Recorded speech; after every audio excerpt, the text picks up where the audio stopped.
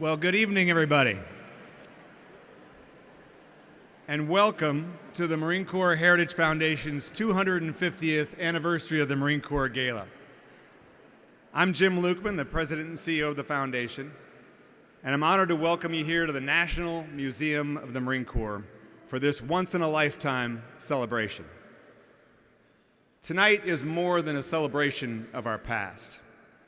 It's a salute to the legacy of 250 years of America's Marines. For 250 years, the Marine Corps has exemplified courage, honor, and selfless service to our country. And this evening, we reflect on that extraordinary history and the men and women who wrote it. Thank you all for joining us. The 250th anniversary of the Marine Corps calls for special celebrations in addition to our annual birthday balls. And we've crafted a program this evening that celebrates not just our history, but the whole combination of culture and traditions that makes Marines who they are. You'll hear from several distinguished guests about what it means to be a Marine. Your keepsake program that's on the tables in front of you highlights 250 years of the Marine Corps in both art and words. We hope this evening leaves you inspired by the legacy of the Corps and the generations of Marines who've made it what it is today. Now, let's get this party started.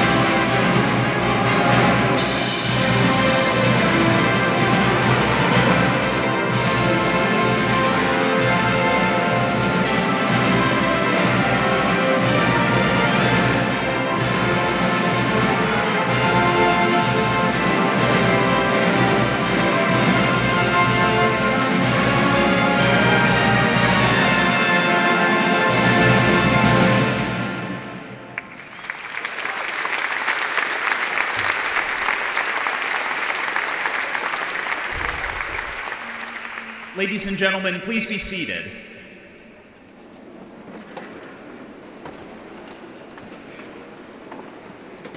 Good evening, ladies and gentlemen. Marine Barracks, Washington, D.C. is proud to present the Commandant's Own United States Marine Drum and Bugle Corps. Formed in 1934, the Commandant's Zone celebrates more than 90 years of marching and musical excellence, while carrying the distinction of being the only drum and bugle corps currently serving in the United States Armed Forces. What you just heard is a march composed in honor of United States Naval Service personnel whose heroic actions inspired these famous words: uncommon valor. Tonight's concert will close with one of this nation's most popular songs of freedom, Battle Hymn of the Republic. Under the direction of Captain Courtney Lawrence of Houston, Texas, here is once again the Commandant's Own United States Marine Drum and Bugle Corps.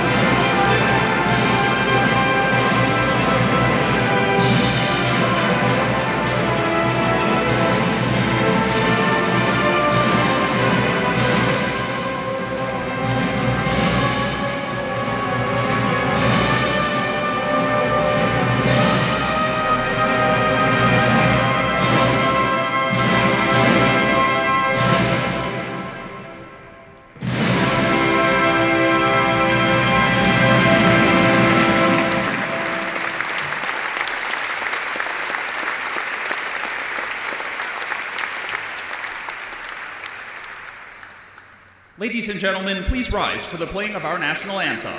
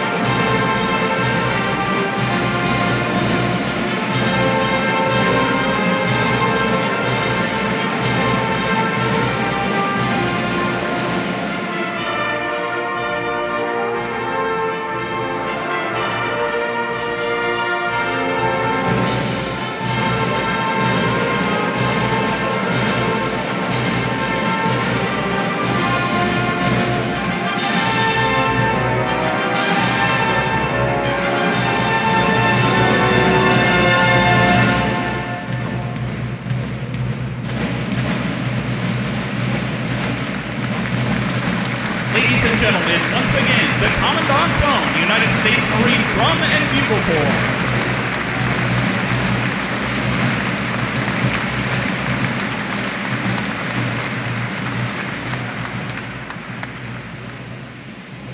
Well, how about that incredible performance by the Commandant's own Drum and Bugle Corps? What a great way to start this party. Now, I'd like to invite everyone to raise a glass with me for a toast to continue kicking off this event tonight. So here's a toast to 250 years of United States Marine Corps, to the battles won, to the sacrifices made, to the families that have stood by, to the enduring spirit that defines every Marine. Here's to the past that has shaped us, to the present that strengthens us, and to the future that calls us forward. Cheers and Semper Fidelis.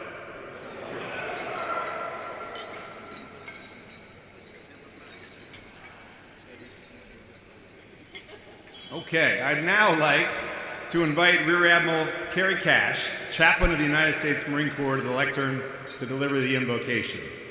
Chaplain Cash.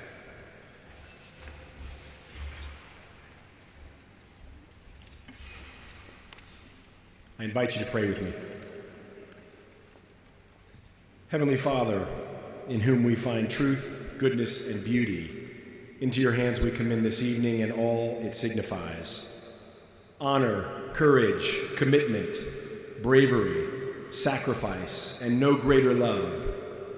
These are the strength of our Corps and the substance of what it means to be a Marine. Thank you, Lord, for those who are so committed to advancing these virtues. Thank you for those we will honor tonight, who by their diligence, intellect, art, and industry have told the story of the Eagle, Globe, and Anchor to a people who need to hear it. We love our land, O God, and your word teaches us that righteousness exalts a nation, but sin is a disgrace to any people. And so we pray that you might heal our land from every malady that ails us, every disorder that blinds us, every attitude that would cause us to think vice more attractive or virtue less important. Heal us, O God, by the giving of your Holy Spirit, and yes, by the example of faithful Marines. Teach our nation to turn from evil and hold fast to what is good. May the heat and light and warmth and glow of this evening produce a deeper love for one another and a greater love for you who loved us first. We thank you, Lord, for the meal we're about to receive, for the diligent hands that prepared it, and for our time together, that our fellowship and our friendship might be strengthened for the crucial days to come. In your saving name we pray. Amen.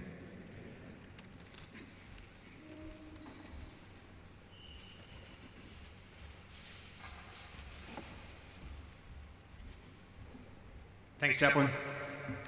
Now, all of y'all are distinguished guests tonight, but I'd like to individually recognize just a few of our guests that are in attendance this evening. Tonight, we're honored to have the 39th Commandant of the Marine Corps, General Eric M. Smith, and his wife, Trish.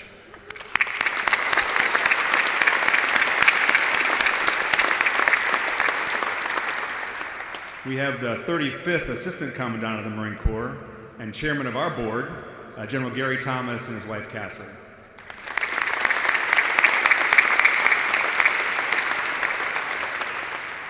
We're also honored to have General Joe Dunford, General Jack Sheehan, General Tom Waldhauser, and a whole platoon of active and retired general and flag officers with us tonight. Thank you all for being here.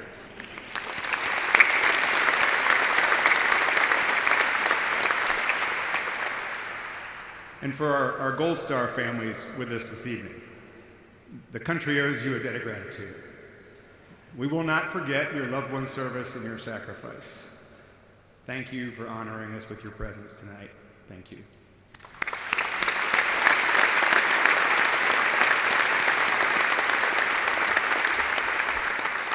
So there's several people I want to thank up front, and I'll start with our sponsors tonight. This evening wouldn't be possible without the generous support of our gala sponsors. So please join me in thanking our defining year's sponsors, Aerodyne Industries,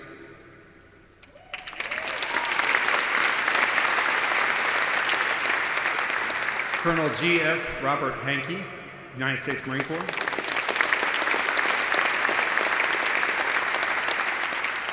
General Dynamics.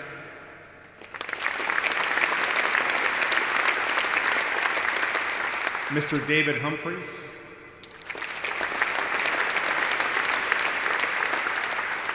The Panaro Group.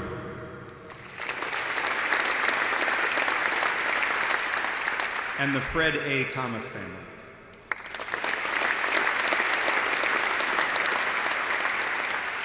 We have a number of table sponsors tonight who are listed in your program and on the screens beside me. We also have several associate sponsors who've helped us make this night possible as well. I want to thank to all of our sponsors tonight. I also want to extend a sincere thanks to our founders and our Commandant Circle members for their unwavering loyalty and their generous support of the foundation. Your commitment built this magnificent museum and has helped us preserve our Corps' legacy. Alongside you, hundreds of thousands of Marines and supporters have stood with us since our founding, making this magnificent museum possible for all of us to share. I want to thank our board of directors and our staff for providing the guidance and the expertise that makes our small but mighty foundation team work. I'd also like to thank the people who helped put that keepsake program together. When you get a chance to look at it, it's really pretty, it's something else. Joan Thomas, the museum's art curator, and Matt Raffenbuhl from the history division helped us put that together. And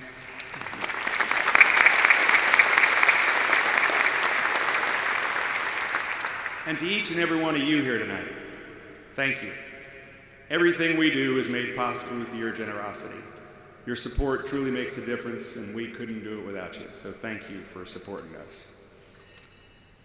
So tonight, we're going to begin by reflecting on the leadership and values that have guided Marines since 1775. These traits of honor, courage, commitment, and selfless service are embedded in every Marine when they earn the title, and they stay with them forever.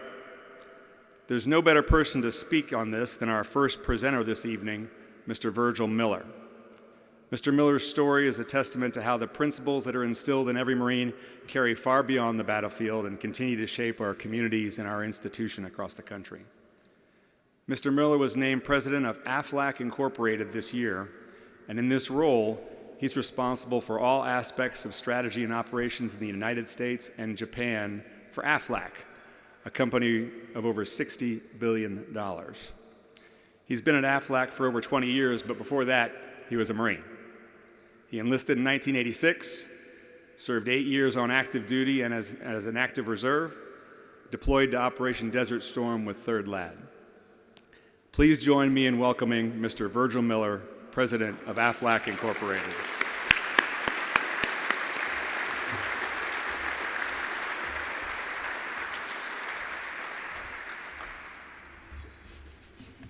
Good evening. I thank God for such an incredible journey that has led me here this evening. If you will bear with me just for a few minutes, I want to share some of that journey with you. This journey started about 40 years ago when I signed the contract, when I agreed to join the United States Marine Corps. That started a journey that I just have so many incredible memories throughout my entire lifetime. But it was a night back on June the 7th. I graduated from high school. At 4 a.m., I left for boot camp, Parris Island, South Carolina. Had never been away from home before. So that night, though, I decided to write a letter to my mother, my father, and 2 brothers, and it went like this. I wanted a little sympathy, if truth be told. I wanted a little bit of sympathy from them. So I used an old quote. It said, "A journey of 1,000 miles begins with a single step." And then I ended the letter by saying this: "A boy leaves home to return a man." And that has been pretty much what has happened over my entire journey. Months later, my family joined me there on the parade deck as I marched with the flag, being named honor guard and receiving meritorious Lance Corporal promotion during boot camp.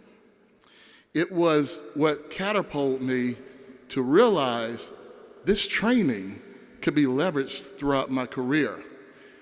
And thus, it led me to 32 corporate America promotions to where I stand now as president of Aflac, a corporation that has over $130 billion in assets, over 160,000 employees worldwide, those that sell and service customers. And some of you in the audience, I thank you for your business, and I thank you for trusting the duck. By the way, it's the duck's 25th anniversary. We're celebrating. I didn't bring him with me or her. I'm not going to reveal, but next time maybe I will. It's also Aflac's 70th anniversary, but it's been an incredible company, an incredible journey. I get the chance to oversee $130 billion in assets worldwide, and it came from what I learned in the Marines. So just bear with me tonight. I want to share some of those things with you. Now, first, I want to thank General Lukeman. Thank you for inviting me, and thank you for having me. Hopefully, I won't let you down this evening. I want to also acknowledge two distinguished guests. It's like putting me on stage in front of Elvis and then Michael Jackson coming later. but Colonel Mann, what an incredible story she has she's going to share. And also, I want to really acknowledge General Joseph Dunford. I look forward to hearing you myself a little bit later. And it is such an honor to stand before the Commandant of the Marine Corps. General Smith, thank you so much for allowing me to be here. And all the dedicated Marines that have given so much of their lives to protect freedom and to defend the mission that we all so much believe in. You know, I stand before you as a president, but truth be told, the lessons that I took from the battlefield to the boardroom started in the Marine Corps. I'm going to share the things that I now take into the workplace. Now go back, imagine with me your first day of training, whether it was OCS or whether it was basic training. The sounds of the loud orders in your ear, visions of young men having their heads shaven, putting on the uniform with distinction and honor, that feeling of the rough terrain underneath your boots. And then remember the emotions, all the emotions. The jubilation, remember the emotions. And also the sadness, also the fear. But remember mostly the determination that it took to get there. As Marines, we say no retreat, no surrender, no quitting. Failure is not an option. That is the same concept, mindset, philosophy that I've taken into corporate America. When I traded in my uniform for a suit, I was well prepared. I was prepared because I had that foundation of what I had learned and what I eventually began to formulate into a science, the science that I call the formula. This formula started with strategy first. I took some of the strategies from the Marines and said, I can use those in corporate America. I know there are a lot of business leaders here tonight, and you're going to certainly acknowledge the same thing. Think about this. When you think about esprit de corps, think about the culture, building a culture for an organization, a culture of teamwork, a culture of caring on purpose, a culture of taking care of your employees and taking care of your customers. Think about this next concept, next man up. Being prepared for anything that happens. The next person must be ready. Isn't that a form of succession planning? I put rigor into succession planning, making sure that everyone who works for me is not only trained and very capable, but so is the next person that's behind them. Think about the Marine tactics with battlefield strategists, taking that same tenacity into what I call strategic planning. Think about the rigor that you need to put in strategic planning to create a business model. Tactical things like a composite score. Anybody remember that composite score, right? Taking your composite score, but I translated that into goal setting and managing and monitoring performance. And then take the mantra of no retreat, no surrender into, again, an organization where simply failure is not accepted. Failure is not an option. There are many more correlations I could talk about strategically, but what led me here today was my friend Susan referred me over to General Lukeman. She read an article. I was being interviewed by, I think, maybe Forbes magazine, and they asked me about my career. There's nothing special about me. I'm just a small-town country guy. However, though, I used the formula to take me to where I now sit. And they asked me, they said, Virgil, where did you get your training? I said, it started in the Marine Corps. And in that article, though, I talked about some tactics. I gave her a couple points. I want to share those points with you. First, Your output is a result of your input. You get out what you put in. Like men in this room, I want to be the best. I still want to be the best at whatever I do. Now, Colonel Man, I'm going to lead it up to you tonight, but I want to be good at what I'm going to say tonight, though. I have to be the best at everything I do. In boot camp, though, I remember this would require scoring a perfect score on the physical fitness test. How do you get a perfect score? Well, I could do the push-ups. I could do the sit-ups. I may not look like it, but I could still do the sit-ups. I'm still a hard-charging Marine, hoorah. All right? I still can do that. I could do pull-ups. But running 3 miles in 18 minutes, I'm not a runner, okay? But I could run 19 minutes and 47 seconds. And there was a conversation. The drill instructor decided to take interest in me. He put me aside and he said, you know, Miller, what happens when you run 19:47? Are you tired? Yes. Are you in pain? Yes. Are you hurting? Yes. Well, if you're doing 18 minutes, you'll have the same feeling. However, though, you'll recover sooner. And you'll feel better about what you've accomplished because you'll get that perfect score. You know what he said? He said, sprint it. And that's what I did. Now, Marines have a way of building you up after tearing you down, but to make you stronger. And stronger I became. I took this same philosophy with me to college. Yes, that's right. In college, I was an active Marine reservist, but I also worked 4 other jobs. And I was also a full-time student. I was a shoe salesman. I sold ladies' shoes. Okay. I was a Walmart associate.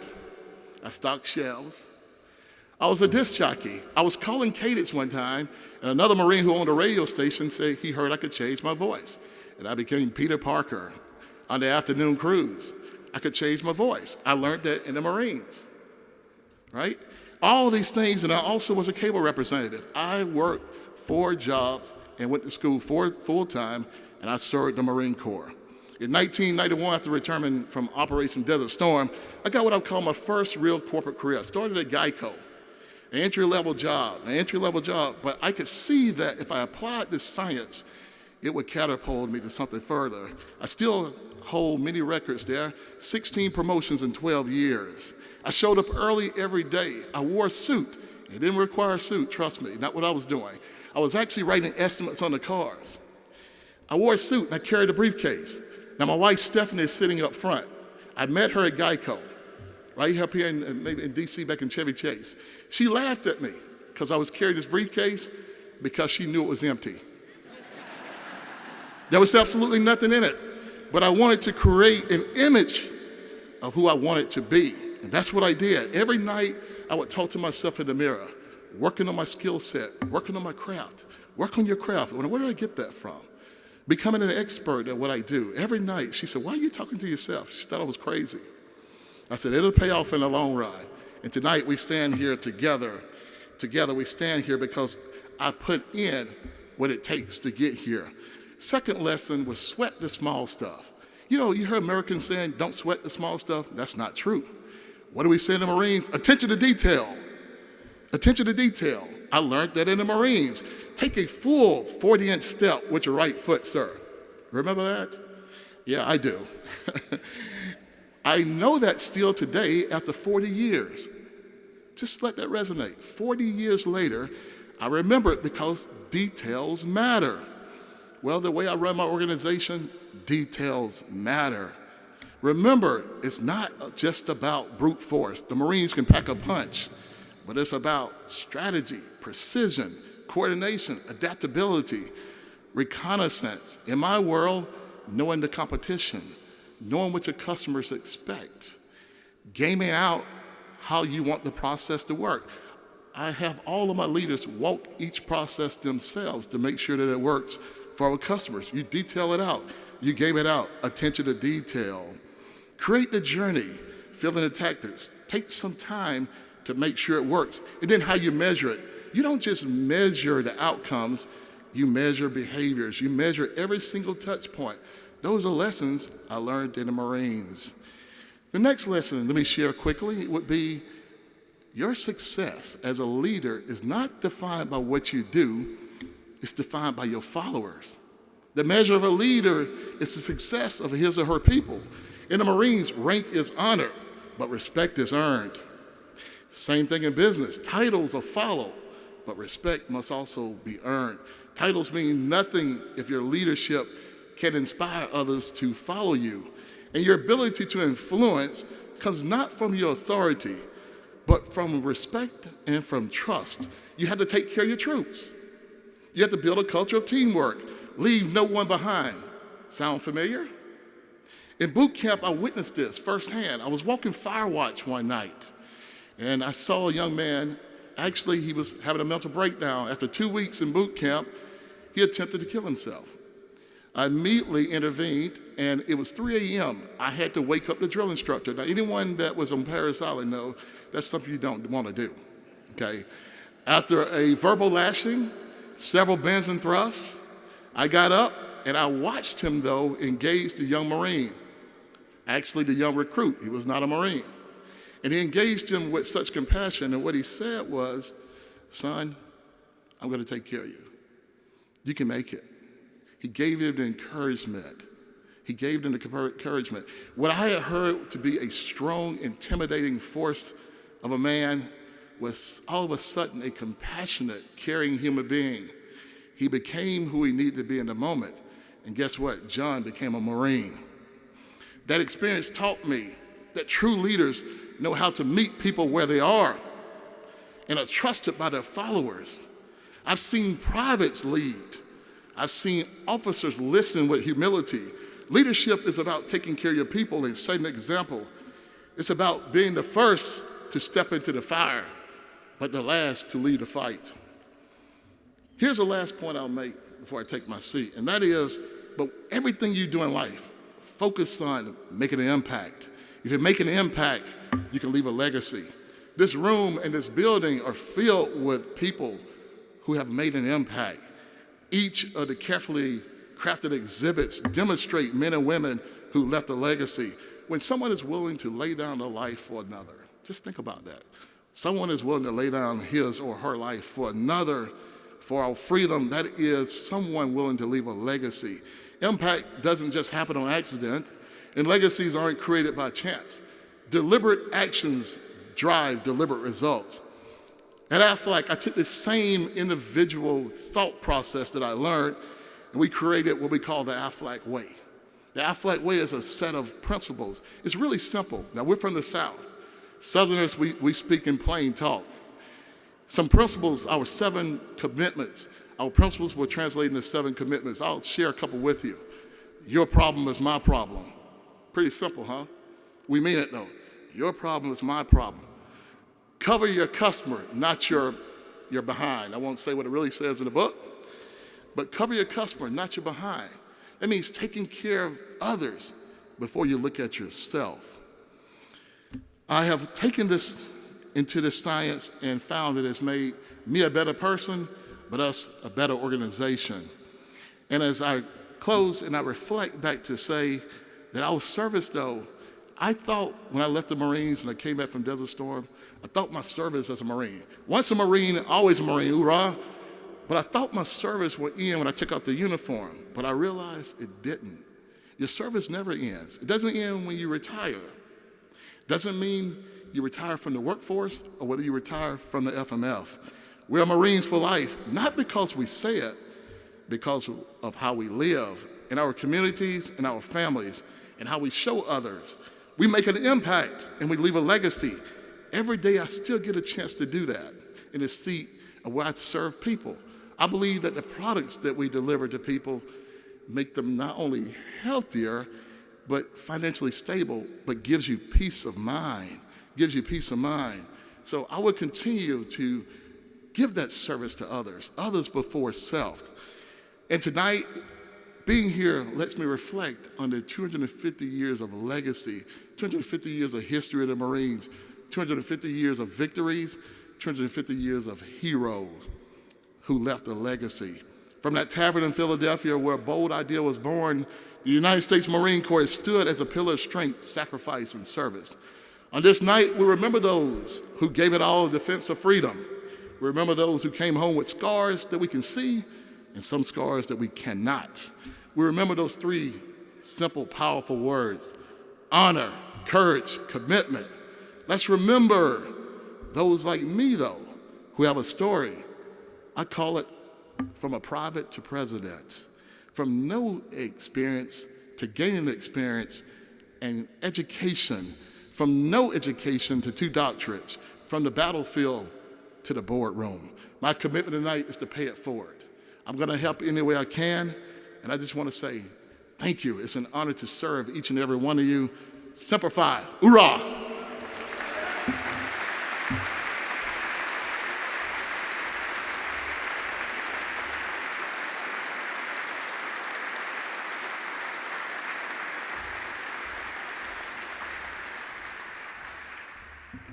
Thanks, Virgil, for sharing that story. Truly, once a Marine, always a Marine. And what you learn in boot camp has made you very successful in life. So thanks for continuing to carry it on. Ladies and gentlemen, we're going to begin our dinner service now, and we're going to mix in the program with dinner, and I'll introduce the next speaker shortly. So please enjoy your first course. Thank you.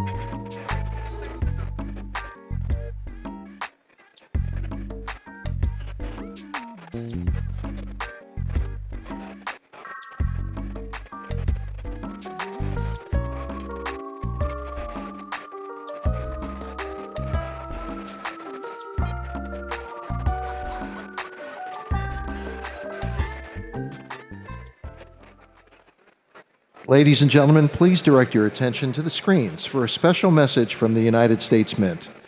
This short video highlights the official Marine Corps 250th Anniversary Commemorative Coin Program, an enduring tribute to the legacy of America's Marines.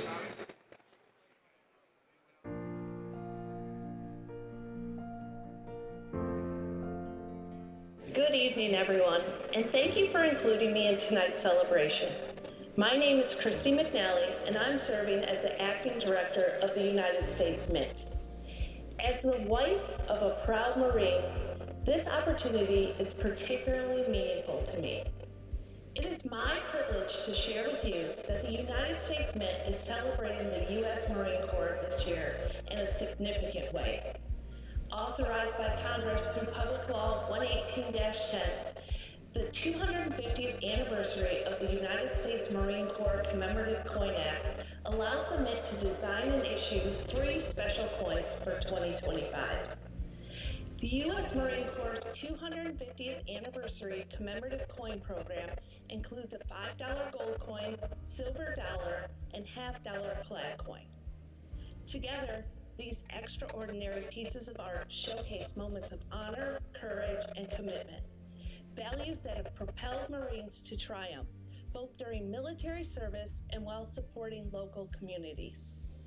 All 3 coins share a common reverse, or tails design, which features the legendary Marine Corps emblem comprised of an eagle, globe, and anchor. Each coin's obverse, or head side, has a unique design. The $5 gold coin illustrates a Marine Corps color guard formation. The silver dollar depicts the iconic flag raising at Iwo Jima, and the clad half-dollar coin shows a modern Marine in the foreground alongside a Continental Marine in the background. This program not only advances an extraordinary legacy, but it reminds Americans that our nation prevails because of your contributions. In addition, surcharge proceeds from coin sales are authorized to be paid to the Marine Corps Heritage Foundation in support of the Marine Corps Heritage Center. The Mint is truly honored to produce these commemorative coins, as 37% of our workforce are military veterans. On behalf of the Mint, thank you for this opportunity to show our gratitude.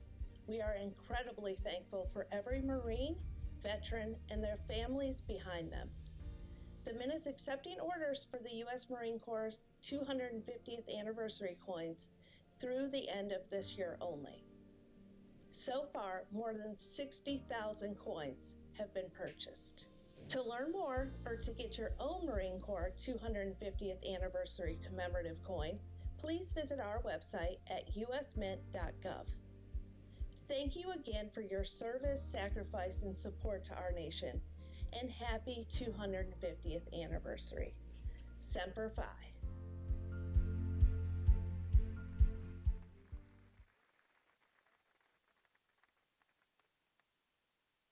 Ladies and gentlemen, please welcome to the stage MCHF Chairman, General Gary Thomas, to introduce our next speaker.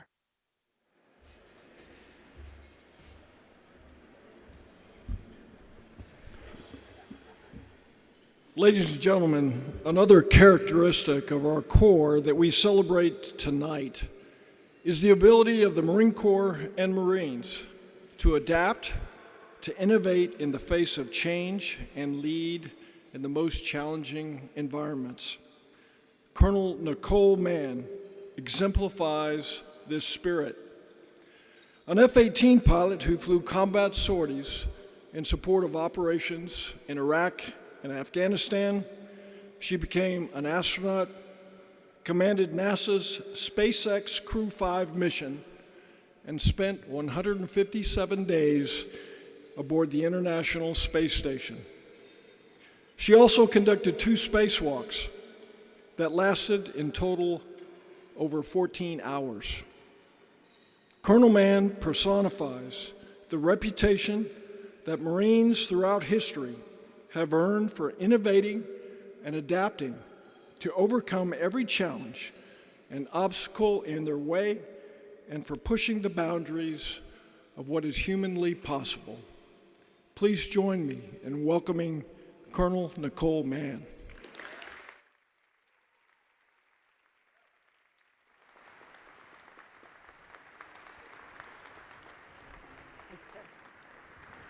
Thank you. Thank you very much. It is a pleasure to join you this evening.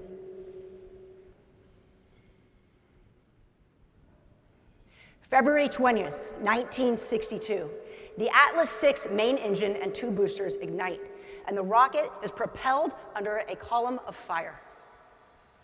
5 minutes later, Friendship 7 separated, and the first American was in orbit, a United States Marine. Colonel John Glenn orbited the planet 3 times in a 5-hour mission, leading America in the space race. As a Marine, he embodied service above self. He once said, "If there's one thing I've learned in my time on this planet, it's that the happiest and most fulfilled people are those that have dedicated themselves to something more profound than their own self-interest." General Lukeman, General Smith, the Marine Corps Heritage Foundation, thank you. It is an honor to join you this evening. Distinguished guests, Marines, ladies and gentlemen, it is a privilege to celebrate 250 years of our Corps together. From Tun Tavern to the frontiers of space, Marines have a strong history of leading America. As I look around at the Marines in this room tonight and the history that surrounds us, I am reminded that 250 years of Marine Corps history did not happen by accident. It happened because generation after generation of Marines have learned to improvise, adapt, and overcome.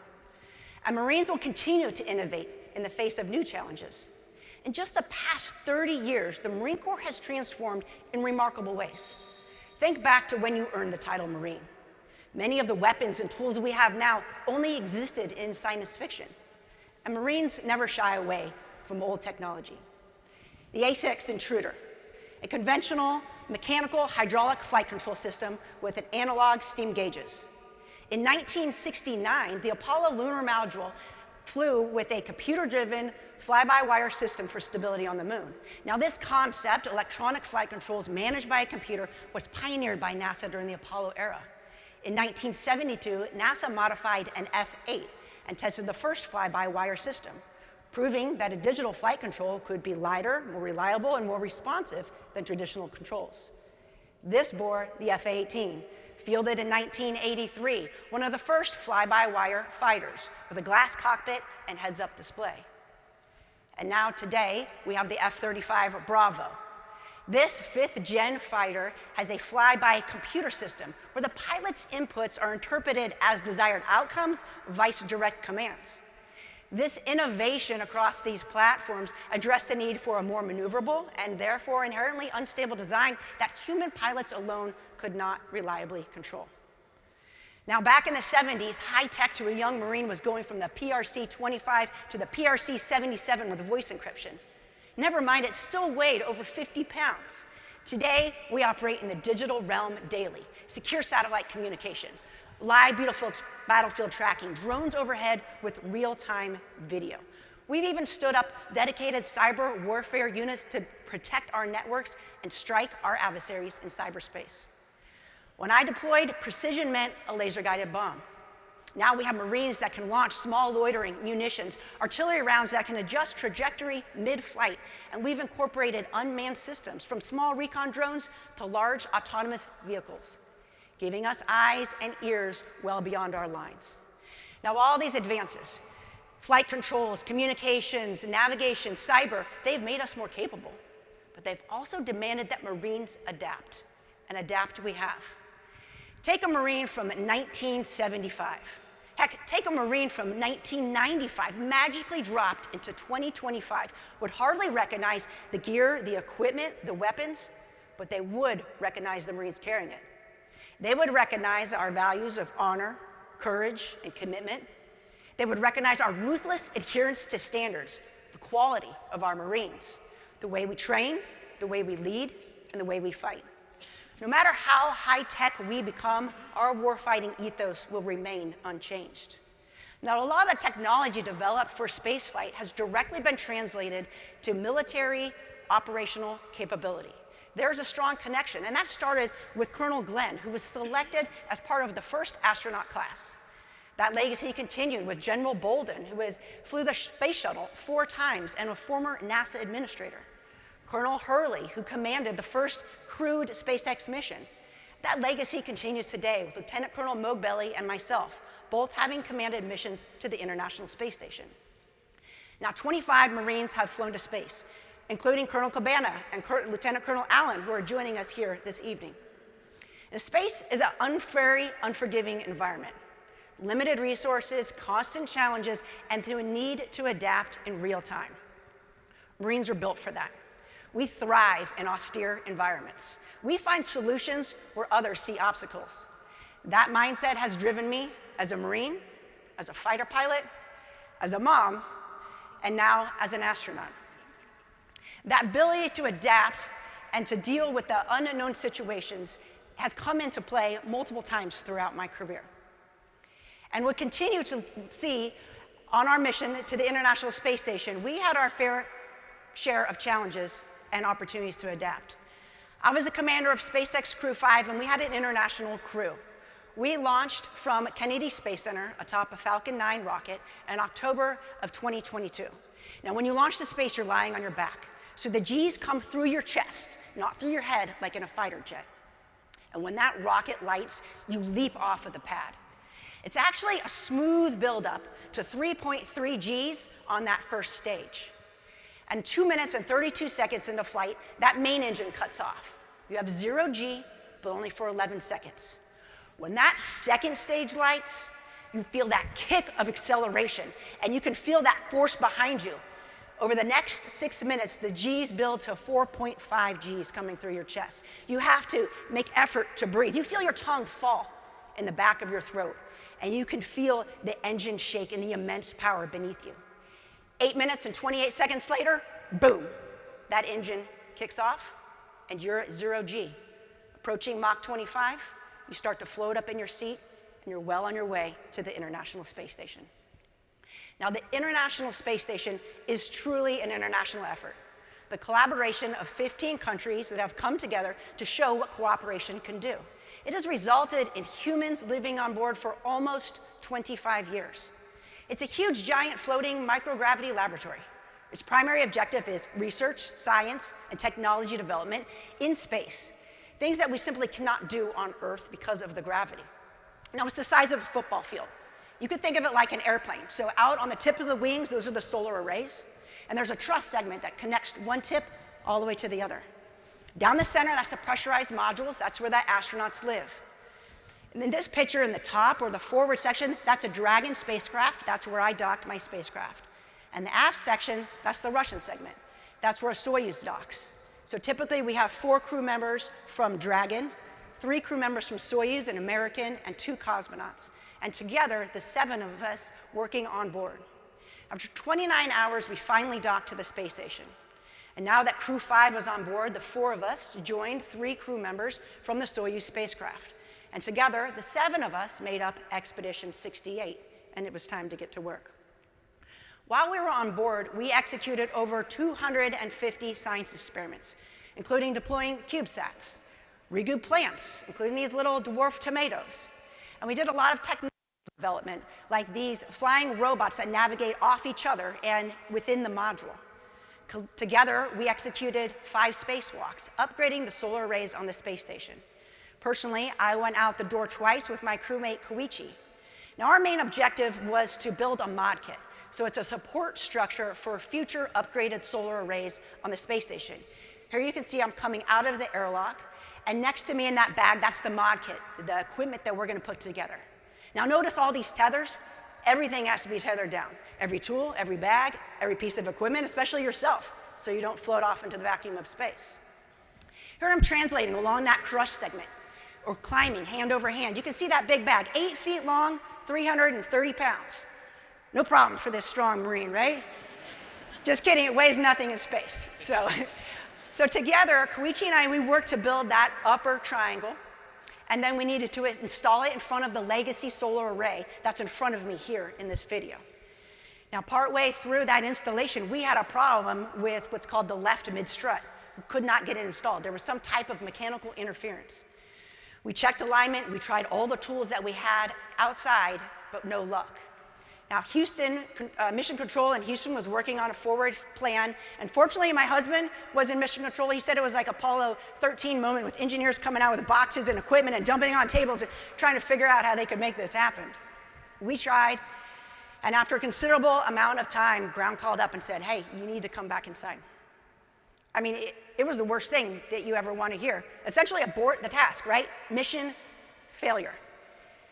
After 7 hours and 21 minutes, we came back inside. We were out of life support. We were extremely exhausted, extremely frustrated. We were embarrassed, to be honest. It was one of the worst feelings I've ever had. Fortunately, we were barely out of the suits when ground called up and said, hey, we got another idea. You guys are going out the door in 2 weeks. You're going to get another shot. We're going to make this happen. So we worked with the ground team to come up with troubleshooting plans, and we went back out the door. This time, I just have that darn mid-strut on my left side. So we had contingency plans. We tried our first troubleshooting technique. It fails. We're working with the ground again. Second troubleshooting technique fails again. After 2.5 hours, we finally got that mid-strut installed. And the team showed some great adaptability. And you could see the Marine Corps was there with me the entire way. I think that had something to do with it. When we got that strut installed, there were cheers in space, cheers on the ground, but only for a matter of minutes because it was time to get to work. We still had 4 hours left on this EVA. The next task took me to the starboard tip of Space Station and all the way down that truss segment to the other end. It was like a victory lap around the planet. And about halfway through, the sun came up over Earth, and it was the most beautiful sunrise. And it was a great reminder of all the billions of people on the planet and the incredible things that we can accomplish when we work together. So after 157 days, it was time to go home. But that experience changed my perspective. You know, at 250 miles above the planet, traveling at 17,500 miles per hour, you do an orbit once every 90 minutes. That means you get a sunrise and a sunset every 45 minutes while you're on board. It's absolutely amazing, and I'd like to share a perspective with you. This is the cupola. It's on the belly of the space station, and it's made up of 7 windows, and it normally faces planet Earth. When you look out during the day, the Earth is so bright you can't see any stars. So when you look into the vacuum of space, it is the blackest black emptiness that you've ever seen. As your eyes come down, you pick up that thin blue line. It turns to a dark blue and sometimes red, and that's our Earth's atmosphere. As your eyes come across the planet, you see these brilliant whites, blues, greens, and browns. And while in awe at the majesty of your planet, I was also struck by the fragility of Earth. For it is just that thin little line of atmosphere that's keeping all of us alive. I mean, all humans on the planet alive from the vacuum of space.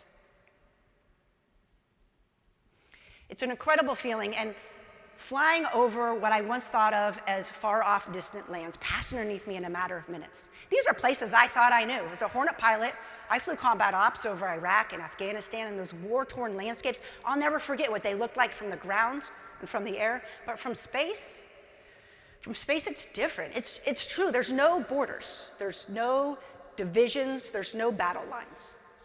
And while I would like to think that someday in the future that perspective, that unity could become a reality, until then, we all know that it is our job as Marines to remain vigilant. Because we have the world we have, not necessarily the world that we wish for. That's why our nation needs Marines ready. Unfortunately, when I look down on the planet, I know there is not one location where Marines are not standing the watch or ready to deploy. We are on the cusp of humanity's next great leap. As we speak, the Artemis program is preparing to send humans back to the moon. And it's not just about going back to the moon. It's about developing the technology and the infrastructure for sustained human presence on the lunar surface and eventually missions to Mars. Just as Marines often fight alongside allies, Artemis is a global endeavor. 54 countries have signed on to the Artemis Accords for the peaceful exploration of space. It's an exciting time for human exploration, one that echoes the Marine Corps spirit of innovation and adaptability, and I'm proud to be a small part of that. So this year, as we celebrate our 250th Marine Corps birthday, we will honor Marines past and present, and know that our adversaries will continue to present an ever-evolving threat to our nation's security. And because of that, we as Marines must continue to evolve, to innovate and adapt for the future fight. And our warfighting ethos will remain unchanged. Where we will fight in the future may be uncertain, but we will be ready tomorrow, just as we are today, to remain the best trained, most ready, most lethal force in the world, on planet and in space. Marines in every time and place. Semper Fidelis. Thank you.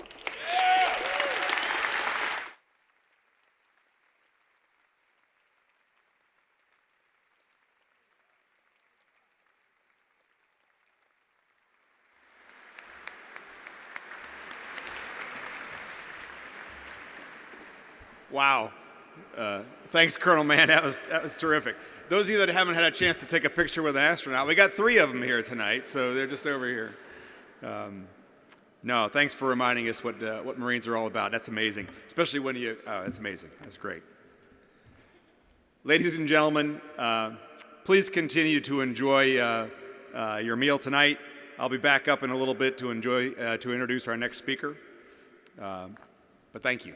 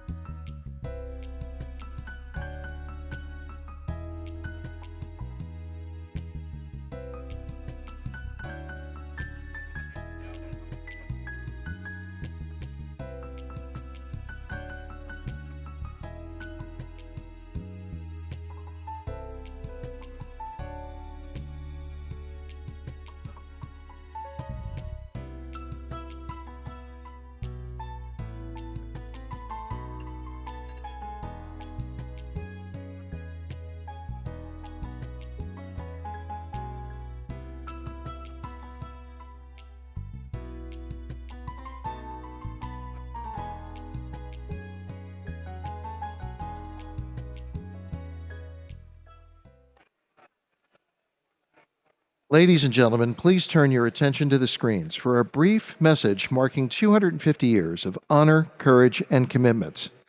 This 30-second public service announcement from the few celebrates the legacy of our Corps and will air on television networks across the country this year. There have always been a few, ready to fight and win. Since 1775, these few have been Marines, and they come from across this land to defend the future of our nation. This year, our Corps celebrates 250 years, and Marines are proud to serve this country, each other, and all that is still to come for America.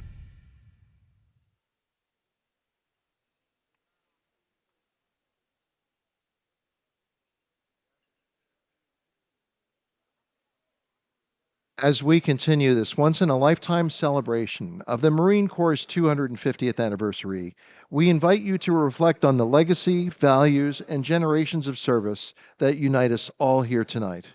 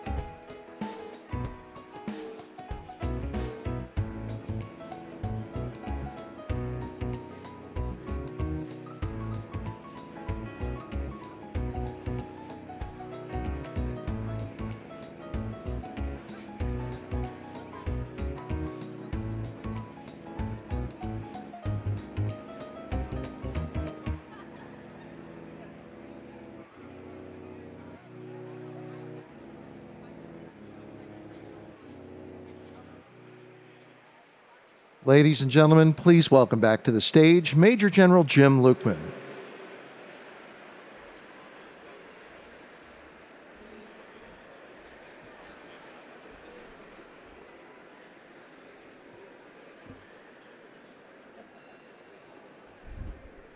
So for over the last 250 years, the Corps has earned a reputation as elite warfighters, respected by our friends and feared by our enemies. Marines have earned a sense of pride that sets us apart, knowing who we are and what we stand for. There's nobody better to speak about our legacy of warfighting than our next presenter, a Marine whose distinguished service over more than 4 decades took him to the highest levels of our Corps and the United States military.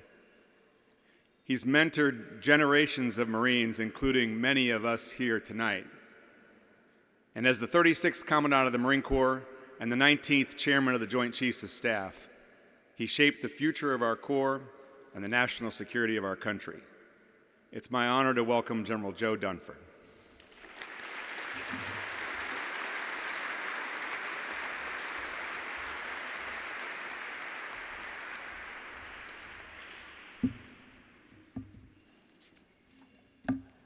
Hey, good evening, ladies and gentlemen. General Mrs. Smith, General Mrs. Thomas, General Mrs. Lukeman, Gold Star family members, distinguished guests. It's great to be here tonight with so many friends and fellow Marines. It's also an honor to join you as we mark 250 years of our Corps. And before I begin, I just want to go back and recognize once again Mr. Miller and Colonel Mann. And when you all were up here speaking, all I could think of was, boy, do you make me proud to be a United States Marine. And if I was in a big crowd, I'd say, hey, you see those 2 folks over there? I'm one of them too. So thanks so much. You really make me proud.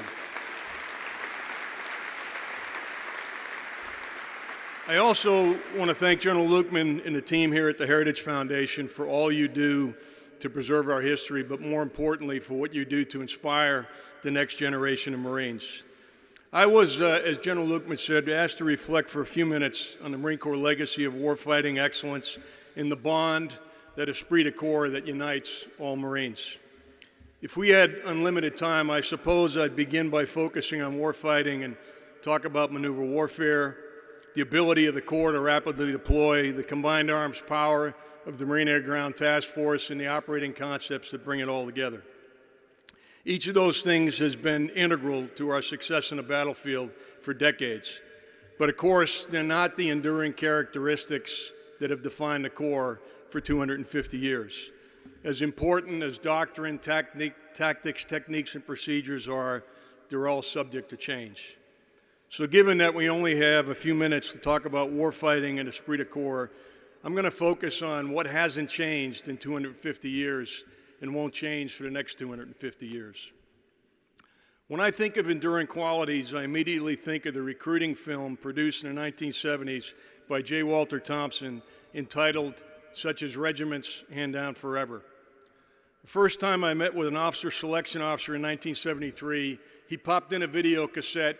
He said, "You want to know about Marines? Watch this." And I watched it, and I honestly can remember watching it.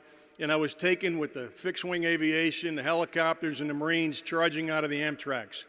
And I knew I wanted to be one of those Marines. What I didn't appreciate at the time was the profound message of that film. But over the years, I'd watched the video again, and I began to focus on the words of John W. Thomason used in the film to describe what makes Marines different. Thomason was a World War I Navy Cross recipient from 1-5 who wrote the book Fixed Bayonets about the experience of Marines at places like Soissons and Belleau Wood. In the introduction to the book entitled The Leathernecks, he describes how young men at the time came together from across the country from World War I, from north, south, east, and west, and they became a cohesive team under the leadership of Marine veterans who, in Thomason's words, transmitted their temper, their character, and their viewpoint to the volunteer mass. He goes on to describe war itself, which he describes as nothing particularly glorious, just men with killing tools going to fight. But he states that a Marine formation in combat represents much more than a numbered mustard and the weapons in their hands.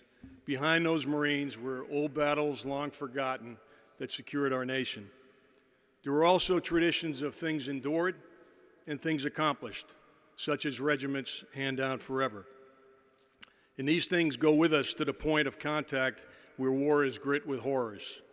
And of course, Thomason's point was that inspired by those traditions, in the fear of letting their fellow Marines down, Marines were able to endure those horrors, overcome whatever challenges were in their way, and accomplish the mission.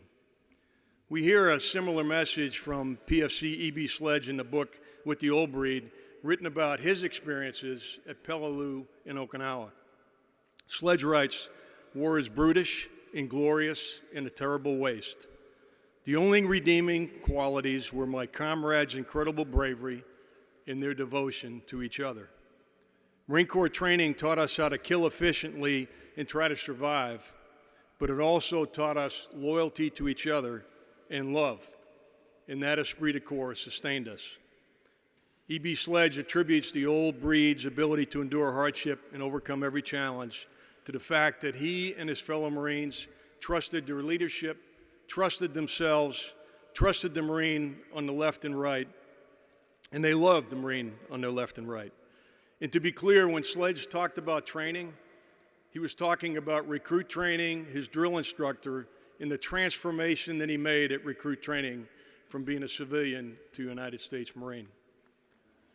Those themes also echo in the book This Kind of War, written by an Army Lieutenant Colonel T.R. Fehrenbach, and he wrote about the Korean conflict. Fehrenbach described what he believed made Marines different. They were conscious of a standard to live up to because they had good training, and it had been impressed upon them that they were United States Marines. These Marines had pride in their service, which had been carefully instilled in them, and they had pride in themselves.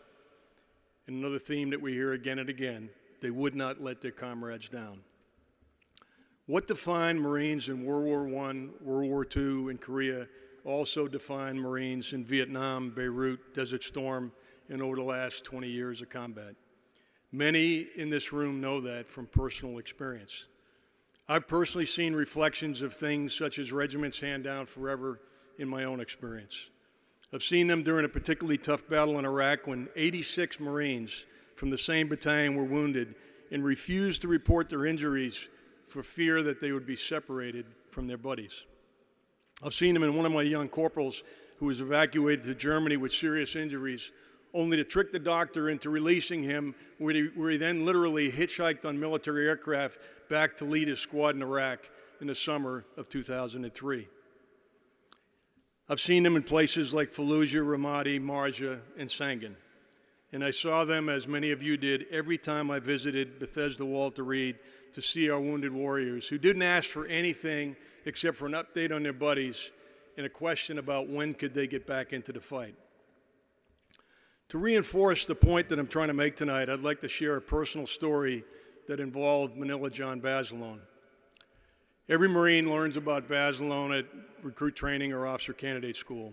In 1942 at Guadalcanal, he earned the Medal of Honor. 3 years later, he was back in the thick of it at Iwo Jima, and for his actions as a platoon sergeant, he was posthumously awarded the Navy Cross. He was the only enlisted Marine in World War II to receive both the Navy Cross and the Medal of Honor, and today he remains a Marine Corps icon. But there's a lot more to the story of John Basilone than the words that I might have read in his citation. In 1995, I was invited to the 50th reunion of the 5th Marine Division, so about 50 years ago tonight. 5th Marine Division, and I was a young lieutenant colonel. It was in Philadelphia. There were going to be thousands of people there, and at the time, still hundreds of Iwo Jima veterans. And I was looking forward to that evening with great anticipation, and I had visions of sitting at a table surrounded by veterans of Iwo Jima and just quietly listening to them and watching them interact with each other. So you can imagine my disappointment when I arrived at Philadelphia and I received my seating assignment. It was a huge room, a couple of thousand people, and I was off in a dark corner of the room. And when I walked up to the table that I had been assigned, I noticed two things. One, there were no veterans sitting at that table, in two, there were two women at the time I thought were elderly. They were probably in their 60s. It's all about perspective, but they were sitting there alone. I walked up to the table and put my game face on and introduced myself. And I said, ladies, what's your connection to the 5th Division? And they said, well, our brother served in the 5th Division. I said, oh, is he here? And they said, no, sadly, we lost him on Iwo Jima. And I said, well, what was his name?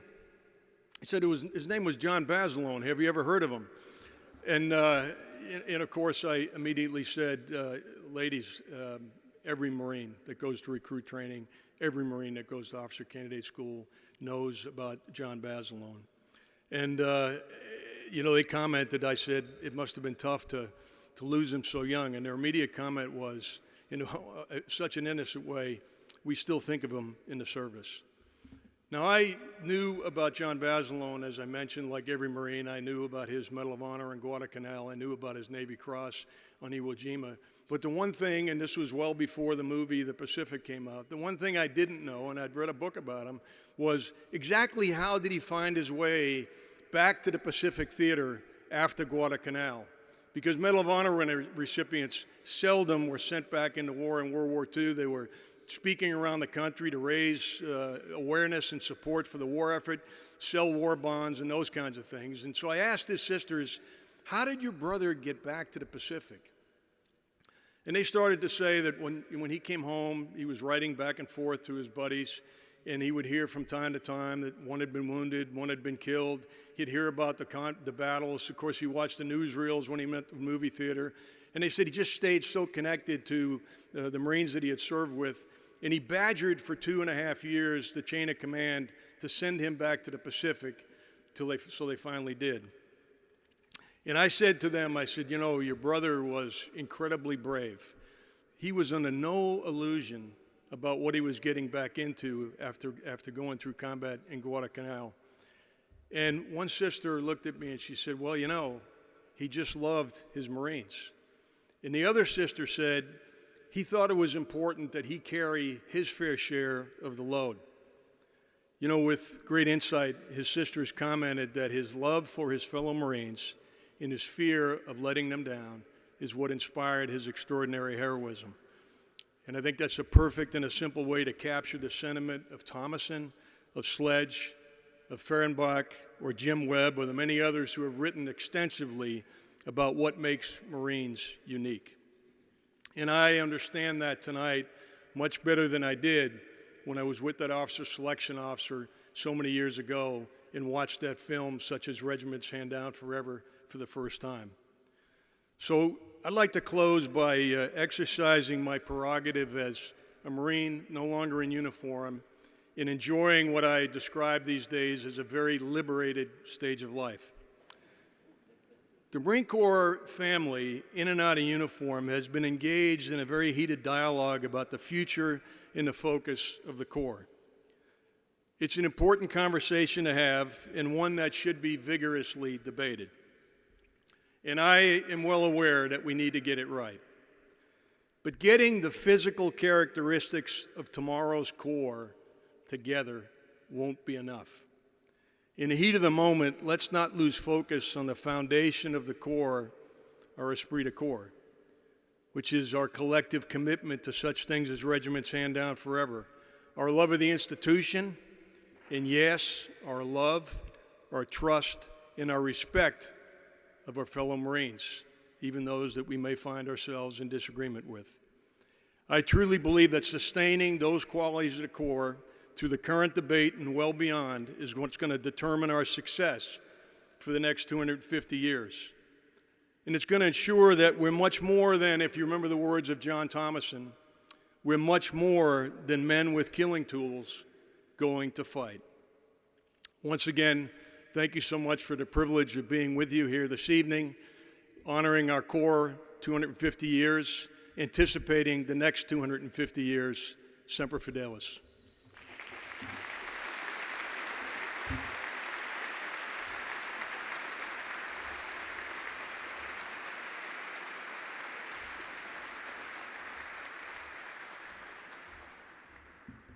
General Dunford, thank you so much for those terrific words, and thanks for articulating what esprit de corps means to all of us. Ladies and gentlemen, our program is going to continue after dessert, so dessert's coming next. Thank you.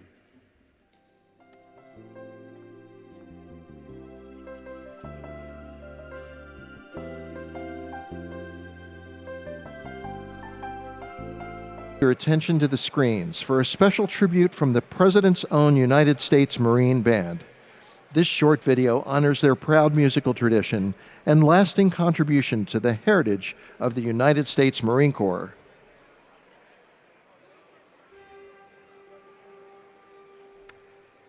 Since 1798, the President's own United States Marine Band has embodied a tradition of musical excellence that has been woven into the very fabric of American history. Established by an act of Congress and signed into law by President John Adams, the band's mission is unique: to provide music for the President of the United States and the Commandant of the Marine Corps. As America's oldest continuously active professional musical organization, the band performs for significant events in our nation's history, including presidential inaugurations and state funerals. The ceremonial mission of the President's Own honors our fallen heroes by laying them to rest at Arlington National Cemetery and immortalizes our traditions at Friday evening parades at Marine Barracks, Washington. The Marine Band's motto, "Playing America's Music Since 1798, is personified through performances in concert halls, classrooms, and communities across the nation.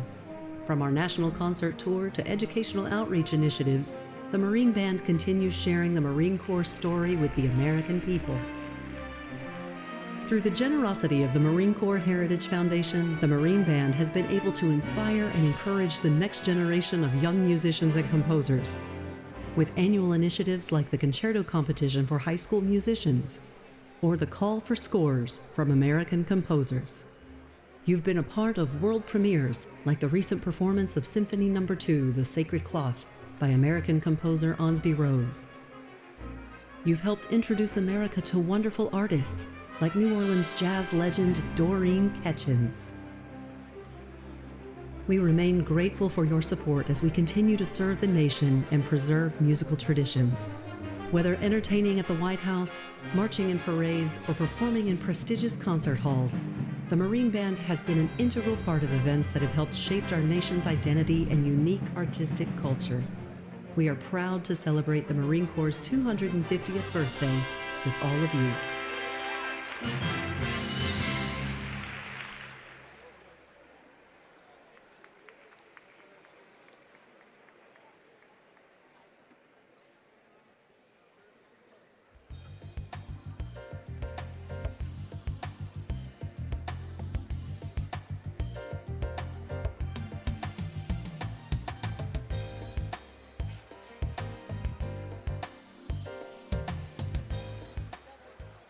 At this time, we'd like to invite back to the stage Major General Jim Lukeman, General Gary Thomas, and tonight's distinguished speakers, Mr. Virgil Miller, Colonel Nicole Mann, and General Joseph Dunford.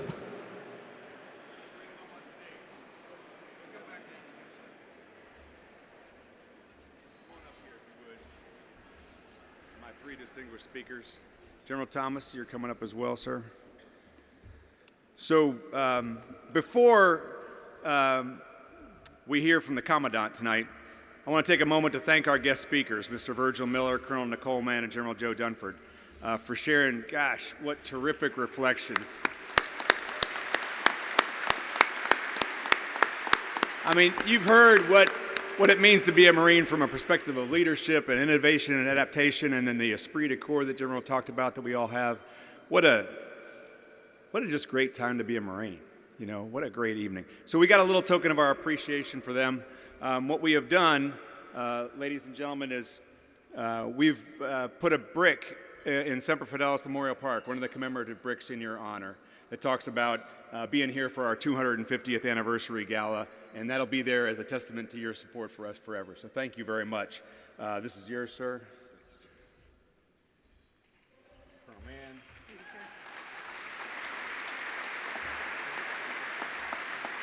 Yeah, so for those of you that don't know, there's bricks out there in the park, and this will be dedicated to them. What I'd like to do is I'd ask General Smith to come up, and we'll take a photo, please, if you come up, sir. And I think if we just move this way a little bit, gentlemen, ladies, and we'll get the Commandant in here. All right. And the camera's right over this way, right there.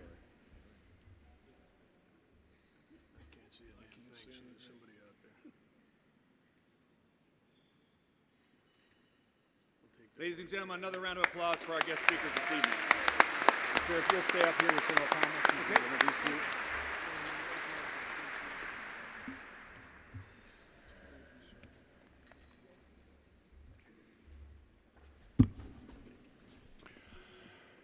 Ladies and gentlemen, it's my honor to introduce the 39th Commandant of the Marine Corps, General Eric M. Smith.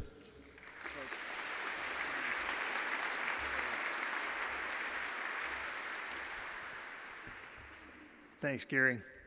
Thanks to Jim Lukeman and to everybody who helped put this evening on. It's a really special occasion, and it's really important for Trish and I to be here. I want to take a moment to recognize some of our distinguished guests: Gary Thomas, Jim Lukeman, Jack Sheehan, other distinguished general officers, retired general officers, Mike Rocco, our active duty general officers who are here tonight, my battle buddy, Nicole Mann. So Duke, I got a good story about Duke that I'll tell you over a beer. But she represents the best of our Corps. She really does. I mean, you know, I'm not fangirling here, but I'm a little bit fangirling here because she is truly the best that our Corps has to offer. I mean, how many people have walked in space? You know, how many people have walked in space?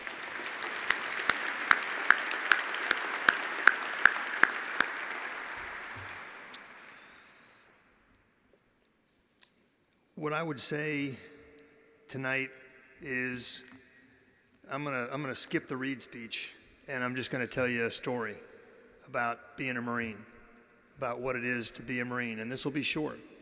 And I've told this story a few times, and I sometimes have a hard time getting through it, but I'll tell you anyway. When I was the CO of 1st Battalion, 5th Marines in Ramadi, I had twin brothers, Jesse and Joel Jaime. They were from Nevada, from Las Vegas. And when they were in the same company, both an Alpha company, and one evening we were conducting a patrol. It was 2005, and a large explosion went off. A Humvee was hit by an IED, and Jesse Jaime was killed. And his twin brother heard the explosion but didn't know what had happened. And so we brought him back to our main base there at Camp Ramadi, and I brought him in and told him that his brother had been killed. And I got him into a Humvee, drove him over to the main Camp Ramadi. We loaded his brother's body on to the CH-53 that was going to take him back to the Blue Diamond headquarters and then fly him on down to Kuwait. And I said, I don't know what to say to you right now. And he looked at me dead in the eye and said, sir, it's been my privilege to serve in this battalion. I mean, who says that? You know, who's got the wherewithal to say that when your twin brother is laying in a body bag? He said, sir, it's been my privilege to serve in this battalion. And that tells you everything you need to know about Marines. Because we don't have just one Corporal Jaime. We got lots of them. We got lots of them out there. And those young Marines need your support. They're modernizing right now, going through a transformation. They've already been through one transformation to become United States Marines. But they need you. They need this organization. They need your commitment. Tonight, we mark 250 years of Marine Corps history. That's 2.5 centuries of standing post, answering the call, and doing the hard things that our nation has asked of us. From the first recruits gathered at Tun Tavern in 1775 to the Marines forward deployed around the world tonight, we have never broken faith with the American people. When you walk these galleries and you see it, you see Marines in fighting tops of under sail of tall ships, storming the beaches of Nassau, fighting hand-to-hand at Bella Wood, World War II, kicking in doors in Baghdad, Fallujah, Ramadi, fighting in Helmand Province, conducting counterinsurgency operations. That's what it's all about. That's who we are. We are first to fight. There's a saying that nobody likes to fight, but somebody has to know how. Well, that's not true.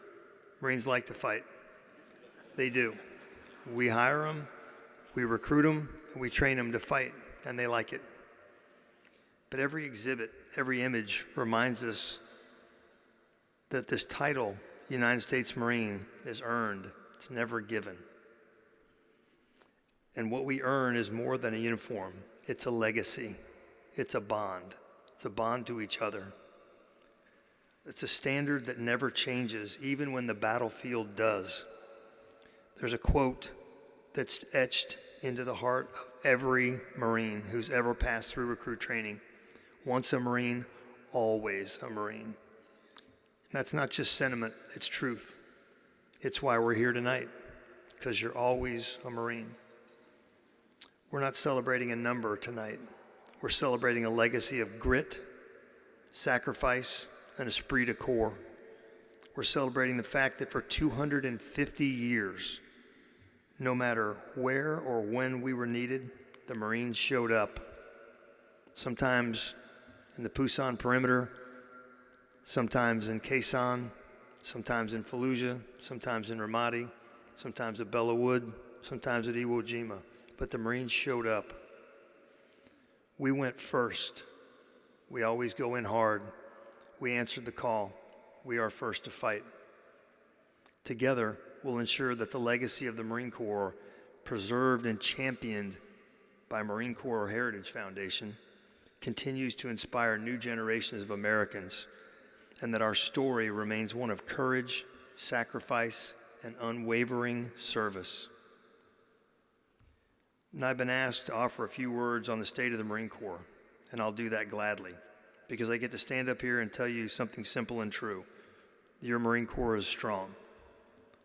Today, more than 33,000 Marines are forward deployed or forward stationed around the world.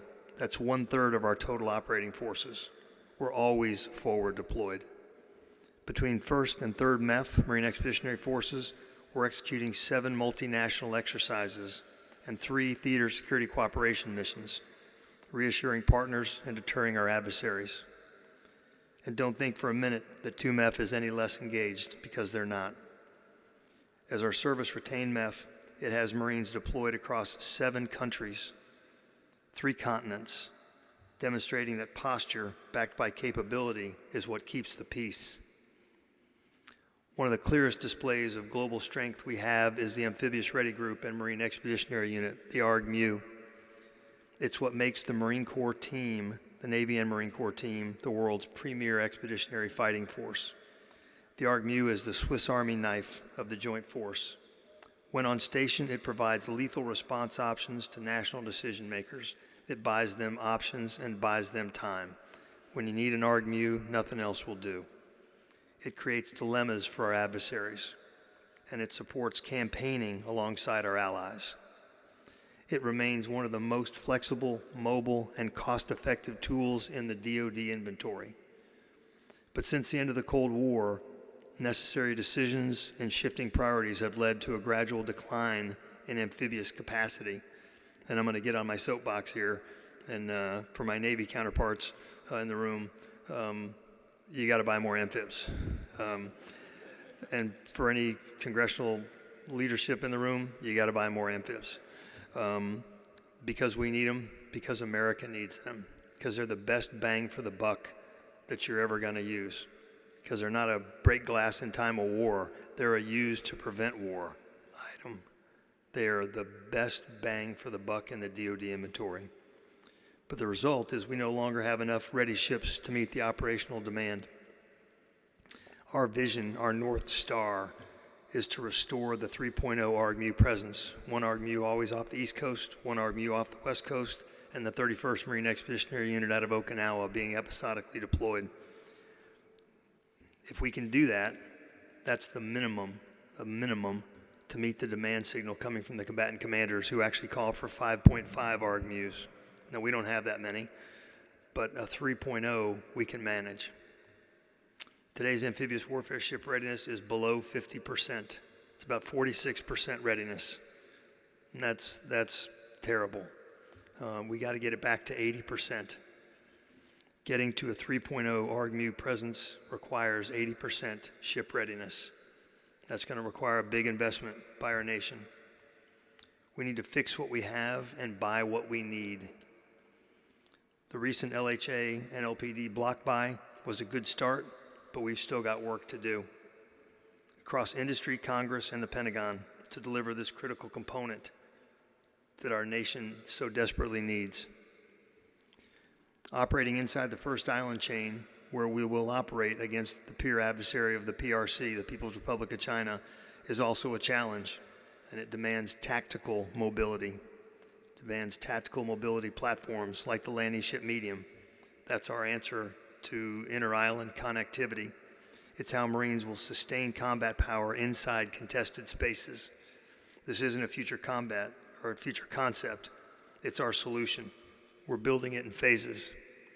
Our near-term fix is the littoral maneuver bridging solution, using what we can get our hands on, stern landing vessels, LCUs, expeditionary fast transport, to get Marines moving time now, to experiment time now. LSM Block 1 is our midterm solution. It's a no-frills, non-developmental vessel that can maneuver and persist inside the enemy's weapons engagement zone, enabling stand-in forces and closing the mobility gap, because the PRC can range the west coast of the United States. So everything is in the weapons engagement zone now. As soon as you leave Hawaii, as soon as you leave the west coast, you're in the weapons engagement zone. That is what has changed. We're cautiously optimistic that we may be bending steel within the next year on a purpose-built platform. And finally, we'll get the LSM next, our long-term solution. It evolves with the threat, using spiral development to keep us ahead of the fight. This is how we close the mobility gap and sustain pressure forward. The threat environment demands it, and we're delivering it. The Marine that is forward deployed also needs the tools to prevail in the future fight. That's why we're continuing to modernize across the entire MAGTAF, Marine Air Ground Task Force, to ensure Marines are equipped to deter and, if necessary, defeat a peer threat. Again, for the first time in my lifetime, a peer threat. Really the first time since World War II, a true peer. We're now going into our 6th year of force design, and we're well into the implementation phase. The Fleet Marine Force is receiving the capabilities we envisioned, and formations are reorganizing to match the fight ahead. This is happening time now across the Marine Air Ground Task Force, the MEUs, and the MLRs, the Marine Littoral Regiments. We've doubled down on small unmanned aerial systems. In fact, I was just out on the West Coast looking at some of our unmanned systems, and they are amazing. I mean, they are tube-launched, no longer wire-guided. They're operating with a computer brain that senses what its fellow quadcopter is doing, its fellow drone is doing. It knows the priority of targets, and it doubles down on the priority target. If there's 5 of them launched, and they're going after a single target, and this one gets knocked down, the other one will step up and take its place because they're talking to each other on the way to the target. We've got to get this pushed down, drones down to the squad level and the platoon level and the company levels to give every Marine and every unit the eyes to reach and see what's ahead of them. It's a lesson from both our own campaign of learning and from the real-world battlefields of today. You just have to look no further than Ukraine to see that. This is how we make smaller units more lethal, more survivable, and less dependent on heavier joint enablers, because we're going to go places where the other forces, other services cannot go. No offense to the Army, but they're too big and too heavy to go where we're going to go. They're too big and heavy to get there on time. The Marine Corps is light, lethal, and austere, and we will get there on time, and we'll win. You can see this modernization playing out in the Marine Littoral Regiments, the 3rd MLR in Hawaii, the 12th MLR in Okinawa, purpose-built to fight and persist in contested maritime terrain. Both are equipped with Gator, a ground-air task-oriented radar, for enhanced surveillance and targeting inside the weapons engagement zone. During Resolute Dragon 24, we forward deployed one of those radars to Yonaguni Island, just 68 miles off Taiwan, in a bilateral evolution with our Japanese allies. That's the kind of presence that gets noticed, and it did get noticed by the PRC. The 3rd MLR has also received Nemesis, the Navy Marine Expeditionary Ship Interdiction System. It's our land-based, remotely operated missile system that lets Marine hold ships at bay from shore. And over time, we'll extend the range of that. We won't extend the size of it. We'll just get better rocket fuel, and we'll extend the range of that ship-killing system, just like Pedro del Valle did on Guadalcanal when he turned his howitzers from 11th Marine seaward and started sinking Japanese ships in the SLOCs, the sea lines of communication. The 12th MLR is next, and we're on track to triple the number of Nemesis batteries across the force in the next few years. We're also fielding MATIS, not Jim Mattis, but MATIS, Marine Air Defense Integrated System.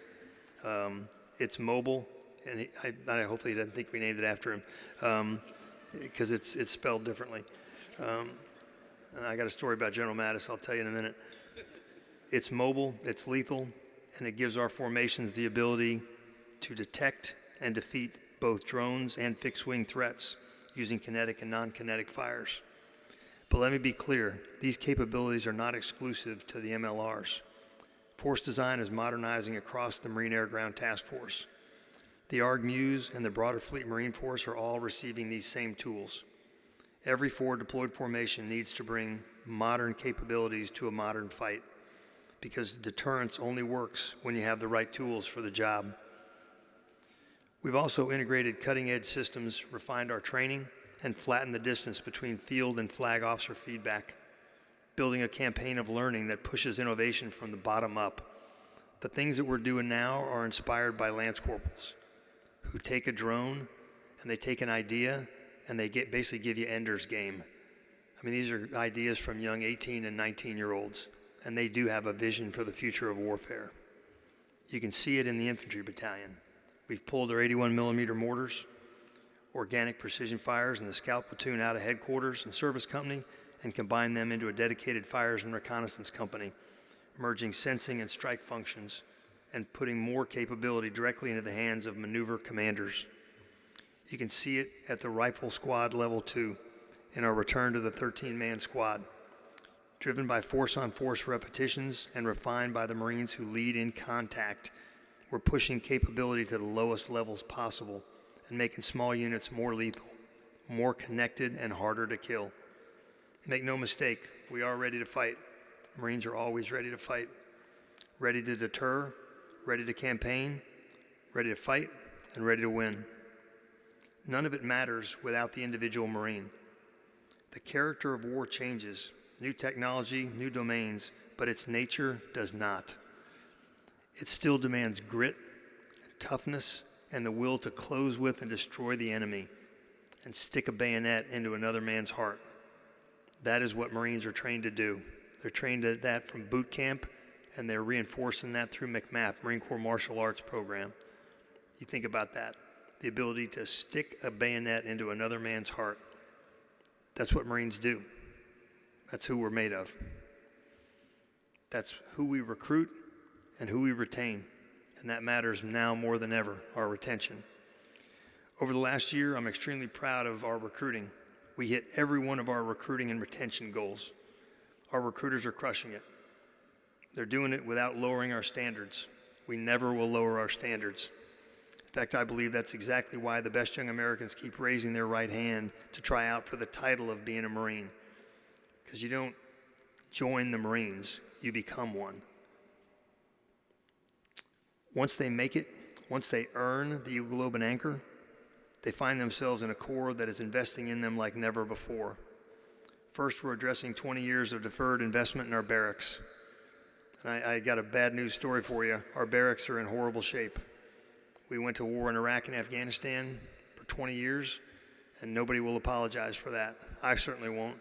We spent our money on MRAPs and mine detectors, body armor, new weapon systems, and again, a lot of Marines came home with their limbs and their lives because of it, but our barracks took a hit, and it is sorely time for us to replace them.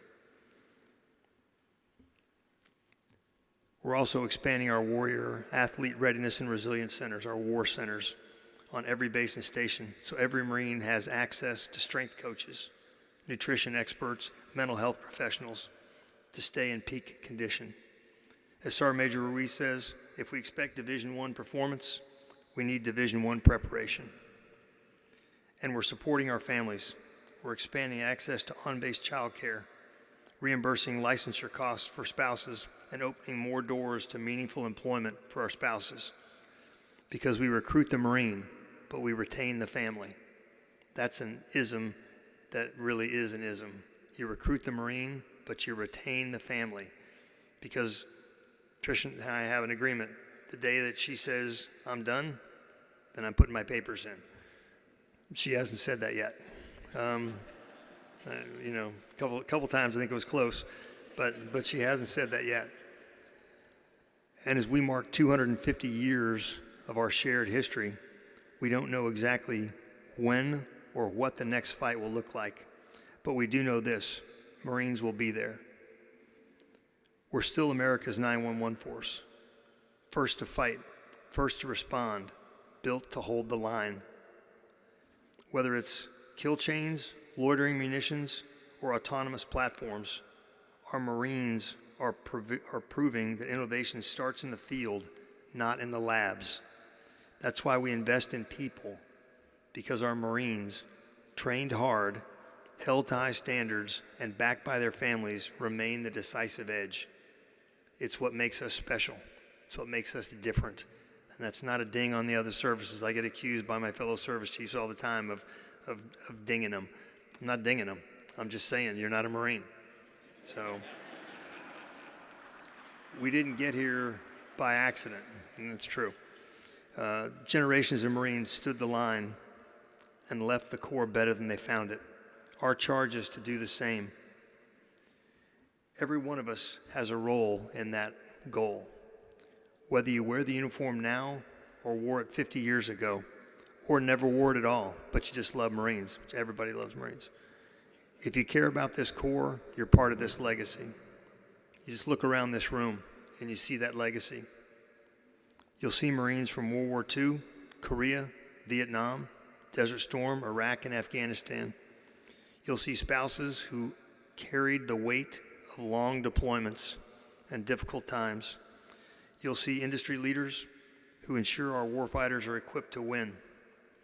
You'll see donors and historians and advocates, people who preserve the stories that might otherwise be lost to time. You'll see the Marine Corps Heritage Foundation, quiet professionals who've dedicated themselves to telling our story, preserving our past, and ensuring that future generations understand what it means to earn the title Marine. It's something sacred to us.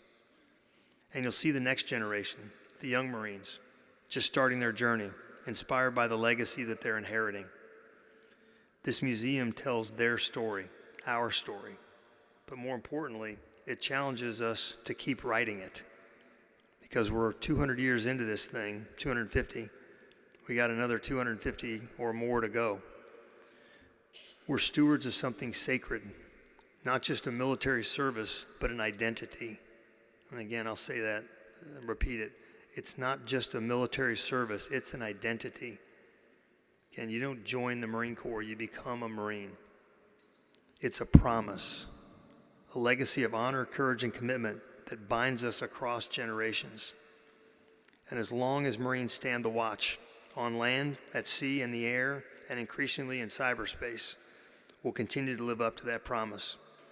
We don't know what the next century holds, but I can guarantee you this: The next time our nation needs strength, resolve, and a rapid response, it will still be a Marine that answers the call. Thank you for standing with us. Together, we'll ensure that the next 250 years of Marine Corps history are as powerful as the first 250 years, and that's saying something. So thank you all for listening to me. Thanks for having me and for having Trish here. Thanks for your support to your Marine Corps, because again, the Corps belongs to all of us, belongs to America. It is a unique American entity that is a little bit like a crystal ornament. You can drop it, but only once, and then it's gone forever. So it's our job to make sure that the Marine Corps persists into the future. And it does that on the backs of 18 and 19-year-old Lance Corporals who we don't pay very much. We train them hard, we ride them hard, we put them away wet, and they keep coming back for more. Again, they're re-enlisting at historic rates.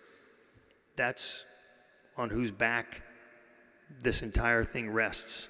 An 18-year-old, a Marine like John Basilone, who will give anything and everything for his or her Corps, for his or her nation. And we are damn proud to get to serve alongside of them. And I am truly grateful to all of you for the support that you give to your Marine Corps, because it is yours, belongs to America. And we need your support now more than ever. So thanks for being here tonight. Thanks for what you do on behalf of your Marines. It's a privilege to get to lead them in your name. Semper Fidelis.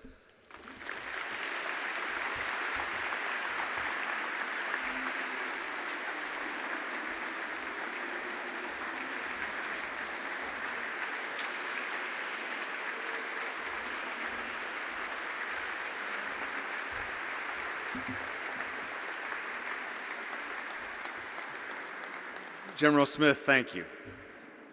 You've not only captured the strengths of the Marine Corps, but what it really means to be a Marine and what's going to carry us forward for the next 250 years. We're grateful for your leadership of our Corps and your steadfast commitment to our country. Before we conclude tonight, I want to express my deepest gratitude for each of our speakers for sharing their stories, to the artists and the musicians whose contributions helped bring tonight to life, and to each of you for your unwavering support of our Corps. This celebration tonight has highlighted what it's meant to be a Marine for 250 years. We all share that special bond, nurtured and strengthened over time by generations of Marines who've gone before us. Thank you again for being with us tonight to celebrate this extraordinary milestone, 250 years of the Marine Corps. And this is just the beginning. I hope you're inspired to continue this celebration throughout the year. This is a year-long celebration. This is not just tonight and not just November 10th. We'll culminate on November 10th. Maybe not culminate, but November 10th is going to be a big party this year. And let's make this a year-long celebration. As we close this evening, it's only fitting that we do so with a song that most of you know. Please join me in singing all three verses of our Marines hymn. From the halls of Montezuma to the shores of Tripoli, we fight our country's battles in the air, on land and sea. First to fight for right and freedom, and to keep our honor clean. We are proud to claim the title of United States Marine. Our flags unfurled to every breeze, from dawn to setting sun.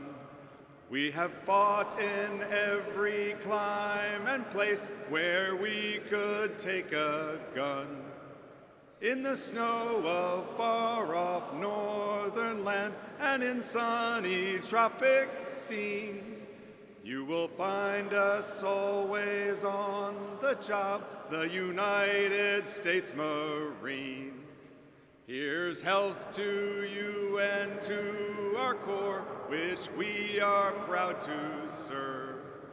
In many a strife we fought for life and never lost our nerve. If the Army and the Navy ever look on heaven's scenes, they will find the streets are guarded by United States Marines. Oh, good job, everybody. Way to go. Way to go. Hey, it's been our honor to share the evening with all of you. Thank you for all you've done for the Marine Corps and for our foundation. Thanks for keeping this Marine Corps legacy alive. Please have a safe trip home. Enjoy the rest of your night. And as always, Semper Fidelis. Good night, everybody.